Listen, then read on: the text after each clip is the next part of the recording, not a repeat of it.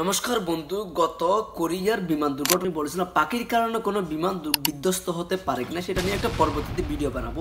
আর এটা হলো সেই ভিডিওটি। চলুন জেনে নেওয়া যাক পাখির কারণে কি হতে পারে প্লেনে। যারা বিদেশে যান তো তারা তো ঘন ঘন প্লেনে চড়ে, চলুন জেনে নেওয়া যাক। পাখি যখন বাইরে বাতাস উড়ে তখন প্লেনের পাইলটের কোনো সমস্যা হয় না প্লেনকে অবতরণ করতে, কিন্তু সমস্যাটা ঘটে তখনই যখন পাখির সাথে পাখার সংঘর্ষ হয়।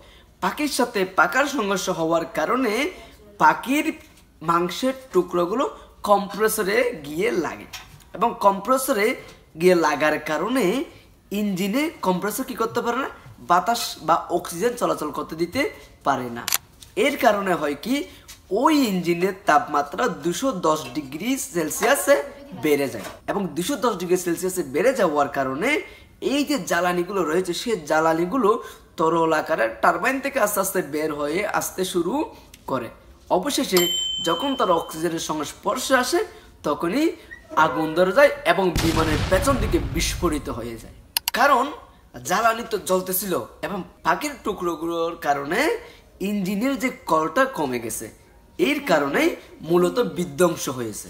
অতএব আমরা বুঝতেই পারলাম যে পাখির কারণে কিন্তু বিমান দুর্ঘটনা ঘটতে পারে, বিমান বিধ্বংস হতে পারে। অতএব আপনারা যখনই বিমানে চড়বেন, যখনই এই ধরনের কোনো সংকেত পাবেন, অবশ্যই পাইলটকে ল্যান্ডিং করতে বলবেন। ভিডিওটি যদি আপনাদের ইনফরমেটিভ মনে হয় তাহলে লাইক, কমেন্ট, শেয়ার করবেন এবং ইউটিউবে দেখলে সাবস্ক্রাইব করবেন, ফেসবুকে দেখলে ফলো করবেন। দেখা হবে পরবর্তী ভিডিওতে।